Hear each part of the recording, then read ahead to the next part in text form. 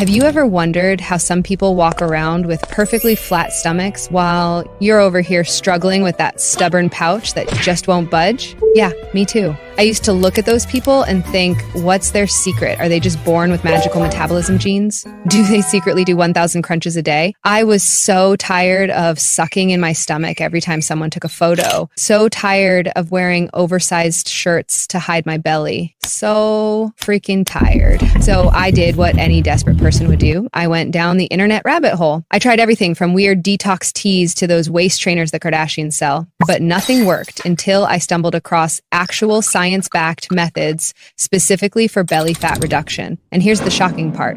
None of them required a gym. Not a single one. Give me the next few minutes from your life. What you learn might just change everything. So let me tell you my little story. Last summer, I ordered my usual size jeans online. When they arrived, I was so excited to wear them. I squeezed into them, did that little jump dance thing we all do to get jeans on. And when I looked in the mirror, the button was hanging on for dear life. And I had this muffin top situation that was not cute. I literally had two options: return the jeans and size up, or figure out how to make them fit. And girl, I loved those jeans. So I decided to lose the belly fat without a gym membership, because let's be real, I'm way too lazy for that commitment. What I discovered changed everything.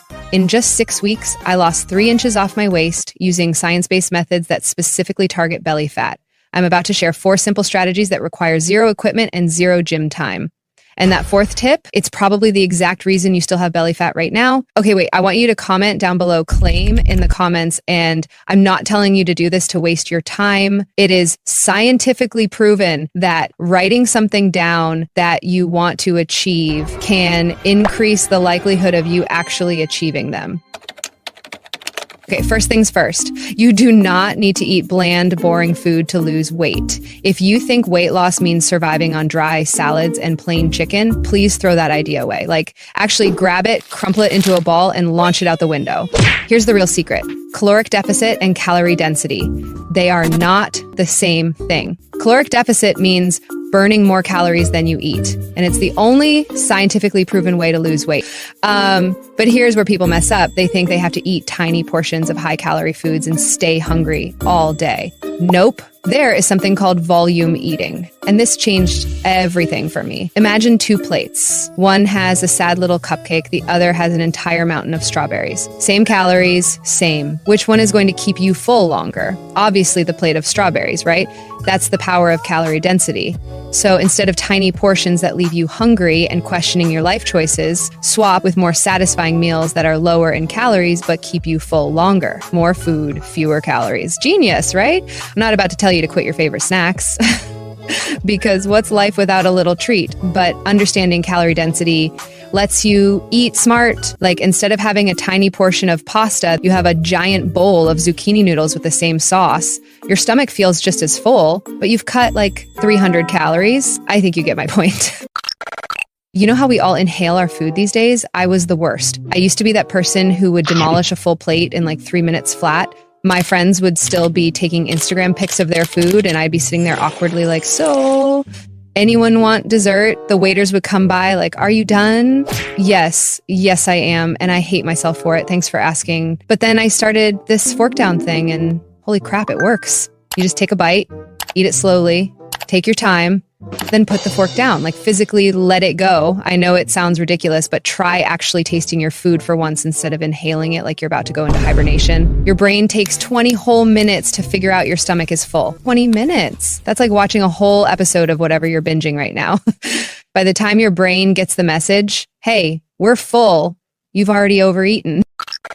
The second part of this is just as important. Stop eating when you're about 70 to 80% full. You don't need to be completely stuffed, just comfortably satisfied. There's a whole Japanese concept called harahachi-bu, which means stopping at 80% full. Turns out people in Japan have been onto this for centuries. Meanwhile, the rest of us are out here eating until we physically cannot move. So yeah, slow down, give your stomach a second to catch up. Now let's talk drinks. Everyone is obsessed with lemon water, and honestly, it's not just a trend, but I have an upgraded version that's like lemon water's cooler, hotter, older big sister. You know, Kind of like me, but this one's a little bitter, and I'm obviously the sweeter one. This drink has a kick to it that might make you pull faces at first, but stick with me here. Take some warm water, not hot enough to burn yourself, just cozy warm. Squeeze in some fresh lemon juice, then add a tiny pinch of cayenne pepper. And now for the secret ingredient, a tablespoon of apple cider vinegar. Stir it all together. Yes, it tastes like a science experiment gone wrong. The first time I tried it, I legit thought I'd poisoned myself. But trust me, your metabolism will love you for this. You do not need to go to the gym to lose weight. I would not recommend gym being your primary method of trying to lose weight. Okay, gym memberships are way too expensive nowadays. The gym industry makes billions convincing us we need expensive equipment to lose belly fat. You can literally do a 30-minute home workout while binging that show everyone's talking about. We're not going to the gym, but we are going to move our bodies. The key to targeting belly fat isn't doing endless crunches. It's engaging your deep core muscles that act like an internal corset. So let me show you some exercises you can follow to lose that fat. The first exercise is bicycle crunches. And speaking of bicycles, remember that game we used to play as kids? Lying on the bed, feet pressed against our siblings and just pedaling like we were riding an invisible bicycle? Or was that just me? Because if you did this too, you better tell me in the comments. I need to know. I wasn't the only one out here winning imaginary cycling championships. Yeah, turns out we were low-key working out without even realizing it. And guess what? We're bringing that energy back, just solo this time. And let's be real, bicycle crunches kind of make you look like you know what you're doing, even if you're just trying not to roll off the mat. But don't worry, I'm not about to make you do 100 of these like some military drill. You can start small and increase over time. We'll talk about that later. For now, here's how to do it right. Lie down on your back and keep it flat on the floor. Put your hands behind your head, but don't pull on it. We're using our abs, not our hands. Now, lift your shoulders up just a little so you can feel your stomach muscles working. Bring your legs up like you're making a little table in the air. Now, twist. Stretch one leg out and bring the opposite elbow toward your bent knee. And don't just move your arms, actually lift your shoulder when you twist, or it won't work.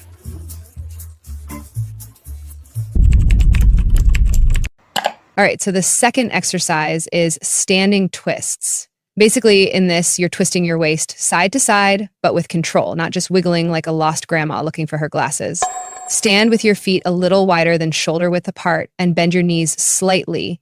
Keep your hips and head facing forward and tighten your core. Now extend your arms straight out to the sides like you're holding an invisible bar behind your back. This keeps your upper body in the right form. Now twist your torso to one side, making sure your whole upper body moves, not just your arms flapping around. Then twist to the other side. You should feel your side muscles working with each turn. The key here is to keep it controlled and not just swing yourself around wildly. Do this for 60 seconds and you'll definitely start feeling the burn in your sides. Keep your core tight, stay controlled. You got this. Next up, we've got elbow to knee crunches. We'll be on the mat, hands lightly behind our ears, knees bent, and just crunch, bringing your elbow to your knee, then back out. Easy, right? Elbow to knee, back out. That's it. You can also do this standing. Here's how that looks. Same movement, just on your feet. So no excuses. You can do it anywhere, even while waiting for your food to heat up. All right, next up, plank twists. Sounds fancy, but don't worry. We're not out here trying to be gymnasts. So here's what you got to do. Get into a plank position, elbows under your shoulders, feet together, and hold yourself up on your toes and forearms.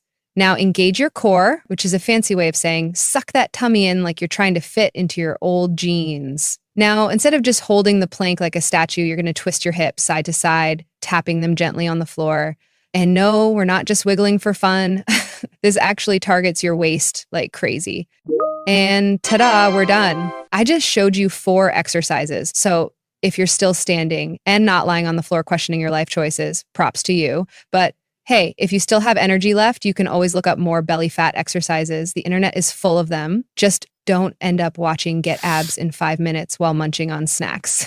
We've all been there. I know these exercises might feel a little tough at first, but that's totally normal. Don't force yourself to go all out from day one. If you can do an exercise for just 30 seconds, that's completely fine. Just start there. Then after a day or two, try to go for a minute. Slowly increase the time at your own pace. Maybe after a few days, push it to 2 minutes, then 3, then eventually 5. It's not about doing everything at once. It's about getting a little better each time. Just take it step by step and you'll see progress before you know it.